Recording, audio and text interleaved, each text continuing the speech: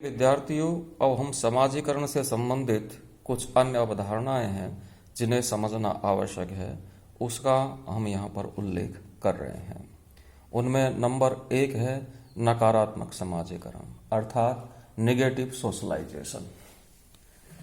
समाजीकरण का तात्पर्य समाज सम्मत व्यवहारों, सामाजिक मूल्यों, आदर्शों एवं प्रतिमानों को सीखने से है, किंतु कई बार व्यक्ति समाज द्वारा अस्वीकृत व्यवहारों को भी सीखता है, उसे ही नकारात्मक समाजीकरण कहते हैं।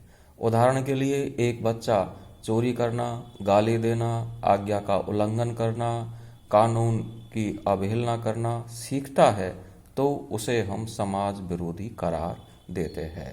यही नकारात्मक समाजीकरण कहलाता है। नकारात्मक समाजीकरण समाज में अपराध और विपथगामी व्यवहार के लिए उत्तरदायी है। नंबर 2 है विसमाजीकरण अर्थात डिसोशलाइजेशन। विसमाजीकरण का तात्पर्य पहले से सीखे हुए व्यवहारों को भुला देना अर्थात व्यक्ति का पहले जो समाजीकरण हुआ है उसे समाप्त कर देना है। व्यक्ति को उसके पहले हुए समाजीकरण की त्रुटियों व हानियां बताकर पहले वाले समाजीकरण में सीखे हुए व्यवहारों को छोड़ने व भुलाने को कहा जाता है। उदाहरण के लिए एक व्यक्ति चोरी व अपराध करने में संलग्न हो जाता है या कक्षा से भागने की प्रवृत्ति सीख लेता है तो उसे इन बुरी आदतों को छोड़ने को कहा जाता है। इनसे होने वाली हानियों से उसे परिचित कराया जाता है और जब व्यक्ति उन्हें छोड़ देता है तो इसे विसमाजीकरण कहते हैं। कई बार काफी समय पूर्व सीखे हुए व्यवहार का प्रयोग एक लंबे समय तक नहीं करने पर हम स्वतः ही उसे भूल जाते हैं। यह भी विसमाजीकरण है। विसमाजीकरण जानबूझकर चेतन रूप से एवं प्रयत्न पूर्वक भी किया जा सकता है तथा अनजाने व अचेतन रूप से भी। नंबर 3 है पुनर्समाजीकरण रीसोशलाइजेशन। पुनर्समाजीकरण का कार्य विसमाजीकरण के बाद ही संभव है। किसी व्यक्ति द्वारा पहले सीखे गए व्यवहार को भुलाकर उसे नया व्यवहार सिखाना ही पुनर्समाजीकरण है। एक व्यक्ति अपने संपूर्ण जीवन काल में अपने विचारों, मूल्यों और अभिवृत्तियों एवं व्यवहारों में नई भूमिकाएं ग्रहण करने के साथ साथ परिवर्तन लाता जाता है। इसे हम सतत समाजीकरण कंटिन्यू सोशलाइजेशन कहते हैं। किंतु यह परिवर्तन एकदम तेज व मौलिक हो तो उसे पुनर्समाजीकरण कहते हैं। ब्रूम एवं सेल्जनिक ने इसे स्पष्ट करते हुए लिखा है कि पुनर्समाजीकरण मौलिक व तीव्र परिवर्तन की ओर संकेत करता है।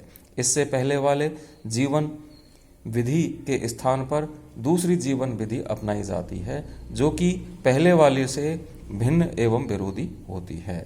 मत आरोपण, अपराधियों का पुनर्वास, पापी व्यक्ति द्वारा धार्मिक जीवन व्यतीत करने की ओर अग्रसर होना आदि इसके कुछ उदाहरण है। चर्च में पादरी या नन का जीवन व्यतीत करने के लिए भी व्यक्ति को धार्मिक नियमों को सीखना होता है। कम्युनिस्ट चीन में मत आरोपण द्वारा लोगों को साम्यवाद से परिचित कराया गया। यह भी पुनर्समाजीकरण ही है। जेल में अपराधी व्यक्ति को अपराधी प्रवृत्ति छोड़ने को कहा जाता है और अच्छी बातें सिखाकर उसका पुनर्समाजीकरण किया जाता है। ब्रूम तथा सेल्जनिक ने पुनर्समाजीकरण के लिए 6 बातों को आवश्यक पाया है। नंबर 1 व्यक्ति पर पूर्ण नियंत्रण। नंबर 2 पुनर्समाजीकरण किए जाने वाले व्यक्ति की पुरानी परिस्थिति का त्याग करना। नंबर 3 उस व्यक्ति के पुराने स्वयं को अनैतिक घोषित करना। नंबर 4 व्यक्ति द्वारा स्वयं की आलोचना, समीक्षा तथा गलतियों को स्वीकार कर पुनर्समाजीकरण में भाग लेना। नंबर 5 पुनर्समाजीकरण करने वाले व्यक्ति या संस्था का पुनर्समाजीकरण करने वाले व्यक्ति को दंड देने, पृथक रखने एवं प्यार करने आदि का पूरा अधिकार होना। नंबर 6 पुनर्समाजीकरण कराने वाले व्यक्ति के मित्र समूह पीयर ग्रुप का उस पर दबाव एवं सहयोग प्राप्त होना। ब्रूम तथा सेल्जनिक ने पुनर्समाजीकरण के मार्ग में आने वाली कुछ कठिनाइयों का भी उल्लेख किया है, जैसे दबाव के कारण जाने दबाव के कारण किया जाने वाला पुनर्सामाजिकरण सफल नहीं होता है। नंबर 2, सुधार के लिए किया गया पुनर्सामाजिकरण व्यक्ति को पहले वाली परिस्थिति के मूल्यों के अनुरूप न होने पर कठिनाई होती है। नंबर 3, पुनर्सामाजिकरण करने वाला व्यक्ति इस कार्य को सुधार की भावना से ले, अन्यथा वह अपने को हीन व अपराधी महसूस करेगा। नंबर 4, पुनर्सामाजिकरण सिर्फ पुनर्सामाजिकरण के लिए ही न हो वरन व्यक्ति की सामाजिक एवं मनोवैज्ञानिक समर्थन भी दिया जाना चाहिए। इसके बाद में चौथी जो अवधारणा है वो है पूर्वाभ्यासी समाजीकरण अर्थात एंटीसिपेटरी सोशलाइजेशन। भविष्य में जो स्थिति आने वाली है उसके लिए पहले से ही अभ्यास या तैयारी करना या उन व्यवहारों को सीखना ही पूर्वाभ्यासी समाजीकरण है। उदाहरण के लिए यदि यह एक व्यक्ति पति, पिता, अफसर आदि बनने से पूर्व ही उनसे संबंधित व्यवहारों को सीखता है तो वह व्यक्ति पूर्वाभ्यासी समाजीकरण की स्थिति में है। पुजारी या पादरी बहुत पहले से ही इन भूमिकाओं को सीख लेते हैं। मेडिकल कॉलेज का छात्र अपने छात्र जीवन में ही डॉक्टर की भूमिका को सीख लेता है।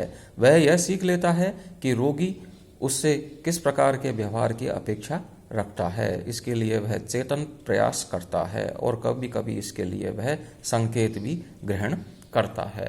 तो इस प्रकार से प्रिय विद्यार्थियों, आज समाजीकरण का टॉपिक समाप्त होता है। अब अगला टॉपिक को हम अगली क्लास में प्रारंभ करेंगे। बहुत बहुत धन्यवाद।